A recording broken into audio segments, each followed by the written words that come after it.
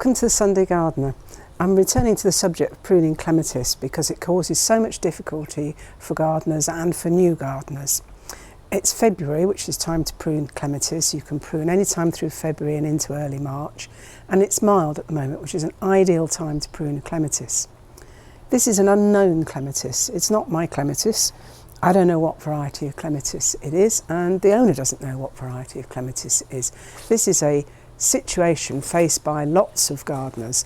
They don't know what they have in their garden. They don't know what type of clematis it is. So a couple of really simple things will tell you what to do. First of all, why should we prune? Well, you can see the new growth here. It's already up to this part on the fence. If we didn't prune it, it would be right up over the fence and away, and all the flowers would be at the top and none of the flowers would be down here. The simple rule is, if it flowers before June, don't prune. So all the early flowering clematis, which are the montanas, the alpinas, the winter flowering clematis, you do not prune.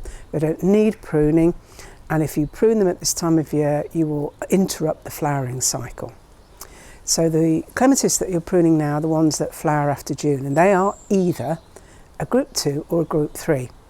Now, if you don't know which it is, then treat it as a group 2. And the difference is a group 2 gets pruned down to a framework about this high. A group 3 gets pruned harder. So the simple rule of thumb is to prune it as a group 2. So if you don't know what it is, presume it's a group 2. You won't go far wrong, and we'll prune it down to a framework, and we'll have a look at this in a minute. The other thing to say, as you can see already by February, by the amount of growth on this, clematis are very vigorous. So you're not going to kill it unless you cut right into the roots at the base. So don't worry, you won't kill it. They are very vigorous. So what we're going to do is to prune this down to a framework. I'm going to prune to a pair of axial buds, as they are called, and I'll show in close up what they are. And a lot of this new growth will be cut off, and that worries gardeners. Don't worry, it'll grow a lot more before the spring and the summer, so it doesn't matter cutting this off. And some of it looks dead. It isn't, it's all alive. So we're going to start by pruning. You're going to have to take a look at it and see what you've got. This is all looking,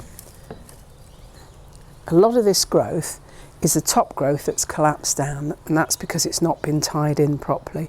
And what we want to end up with is a clematis pruned down to around here. So we can start by just pruning off some of this top growth so that we can see what we've got to prune to. Now, prune to a pair of axial buds.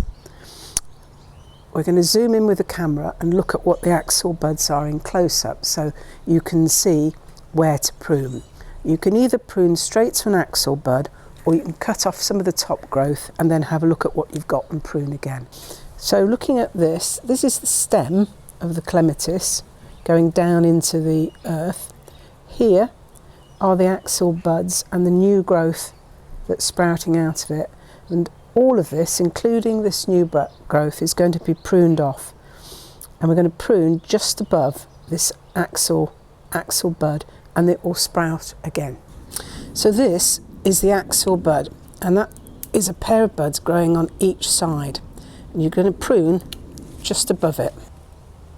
So here we have, as you can see, the buds forming, and we're going to prune it just above the buds. So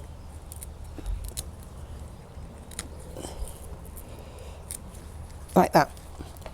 And with each one, if you find a stem, trace where the bud is, prune above it. Okay, well, here we are, job's done, it's been pruned, and you can see it's very substantially reduced. Sometimes with different types of clematis or early in the year, it can be hard to identify these axial buds.